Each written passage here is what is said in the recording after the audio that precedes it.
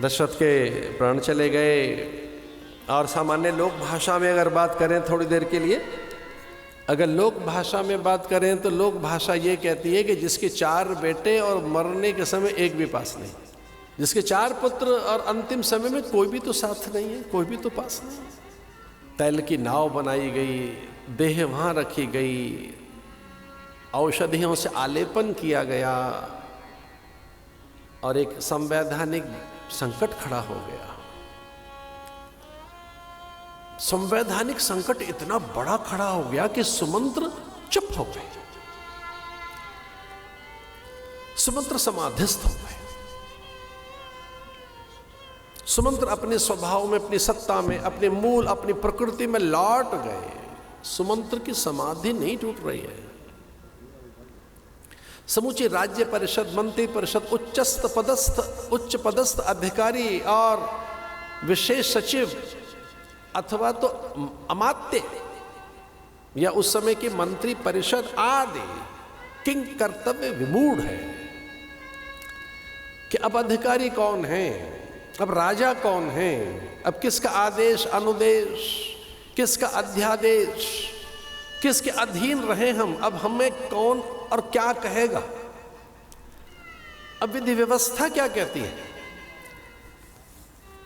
देखिए, मैं भारत की संस्कृति का एक अनुपम सौंदर्य और इस संस्कृति का उच्चतम प्रतिमान का बोध करा रहा हूं कि पूरी प्रजा ने अपने समस्त अधिकार गुरुदेव के चरणों में सौंप दिए, ये कहकर अब जो गुरु करेंगे वही होगा।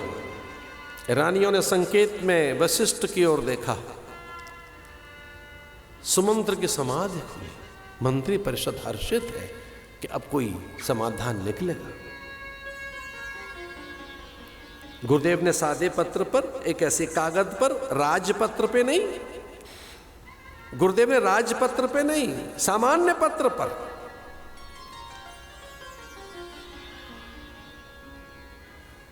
लिखा, प्रिय भरत, शीघ्र अवध लौटो। शुभ चिंतक आपका गुरु। नीचे लिखा वशिष्ठ। प्रिय भरत, शीघ्र अवध लौटो।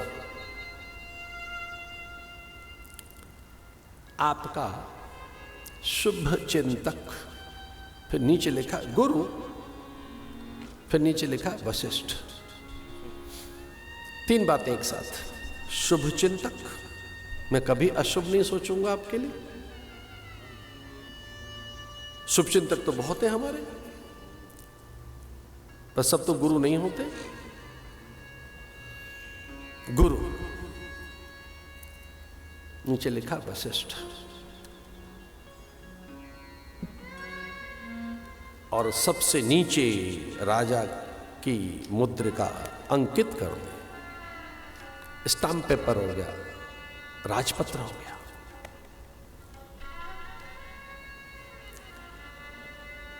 खड़वांग, दीर्घदमा, दीर्घबाहु, दिलीप, अंशुमान, भगीरथ, कवि, सुदुम्न, सरियाती, नभग, नाभाग, अंबरीश, इक्ष्वाक, वंश परंपरा के प्रतापी सम्राट रघु, अज, दशरथ के पिता अज, और दशरथ जिस मुद्रिका को अंकित करते थे पत्र पर, हकारे धावक घुड़सवार भागे पत्र लेकर। जिस रात ये घटना हुई, उस रात हुआ क्या भरत के साथ? रामायण में 7 सपनों की चर्चा है। 7 लोगों ने सपने देखे हैं रामायण में। 7 लोगों के सपने सच हुए। एक ने तो लंका में देख लिया, सपने बानर लंका जारी। अभी तो हनुमान जी आई नहीं। कौशल्या ने देखा है, दशरथ ने देखा है, कैकेयी ने देखा है, सुमंत्र ने सपना देखा है।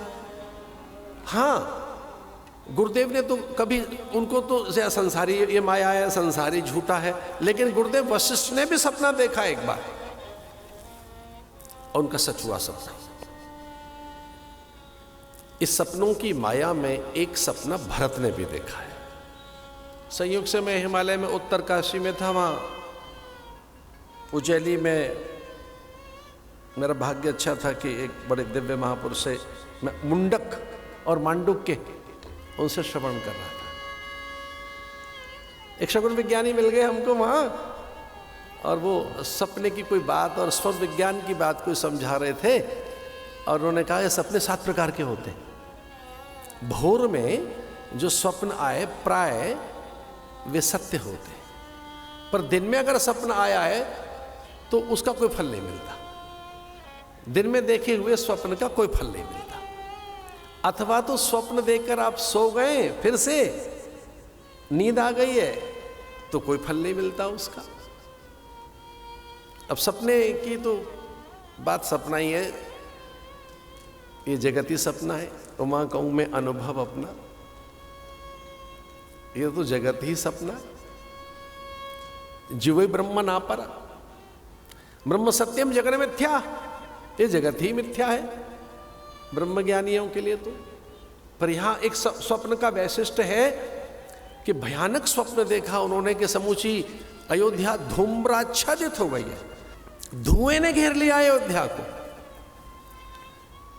पिता का मस्तक नहीं दिखाई दे रहा है, मस्तकहीन उनकी काया।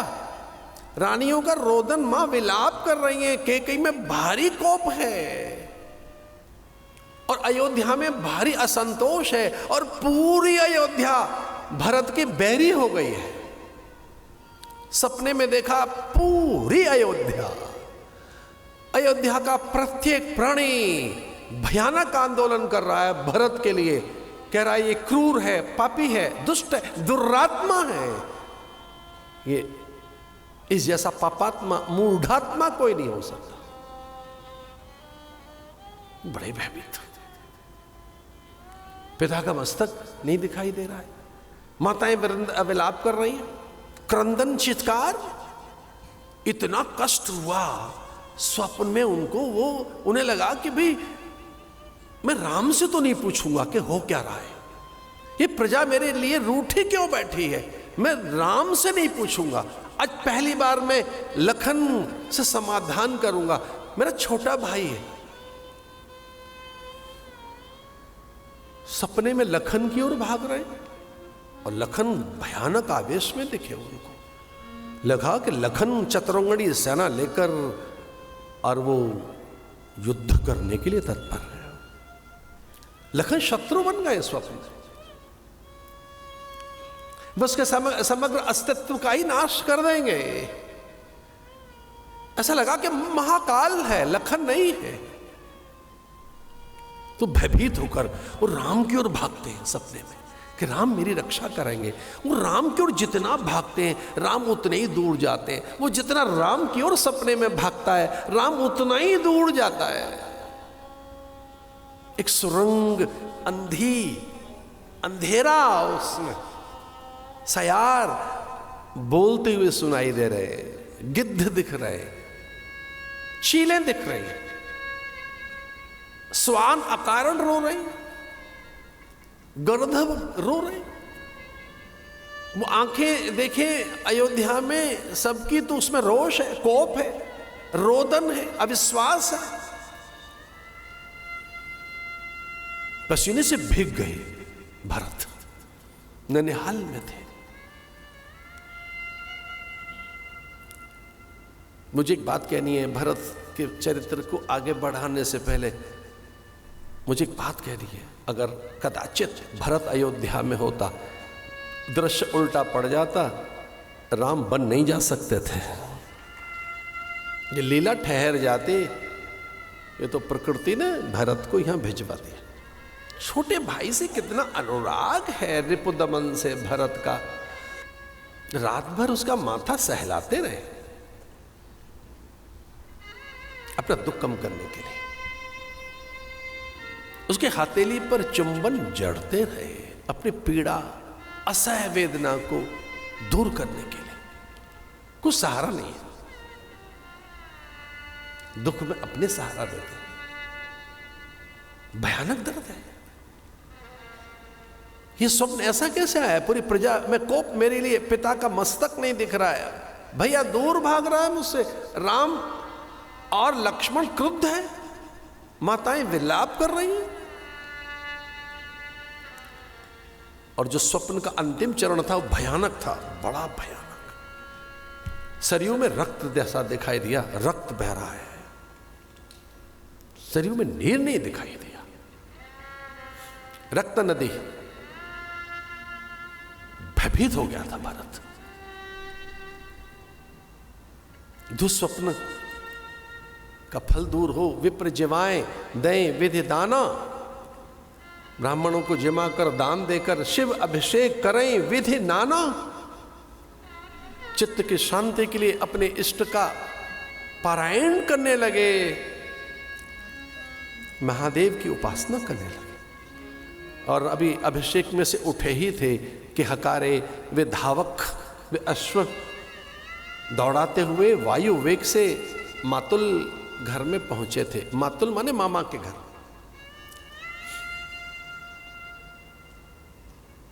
अविलंब पत्र हाथ से लिया था उन्होंने, चूंकि पाती ऐसे दिखाई। उन सेवकों ने पाती ली, और जैसी पाती हाथ में आई तो जिस ढंग से पत्र उन्होंने खोला, वो नीचे का हिस्सा पहले दिखाई दिया, पिता की मुद्रिका, पिता का चिन्ह, राज चिन्ह, जो राजा का ही अधिकार है किसी पत्र पर अंकित करने का, टंकित करने का, चिन्हित करने का, स्थापित करने का, प्रशस्त करने का, प्रमाणित करने का। Do you know what I am saying? Certify, you know, certify.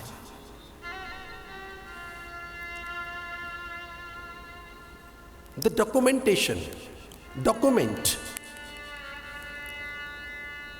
authenticate document, वो भी राजा का। तो नीचे देखा है पिताजी का पत्र है सामान्य, नीचे लिखा है वशिष्ठ गुरु शुभ चिंतक और ऊपर प्रिय भरत।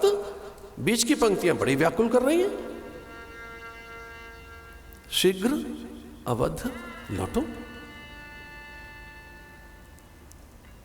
मैं नीति सिखा रहा हूं आपको।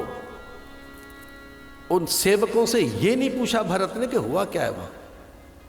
उन्हें लगा कि पता नहीं सेवक क्या बोल देगा, जो सत्य है ये बता नहीं पाएगा, इसकी धारणाओं में क्या है,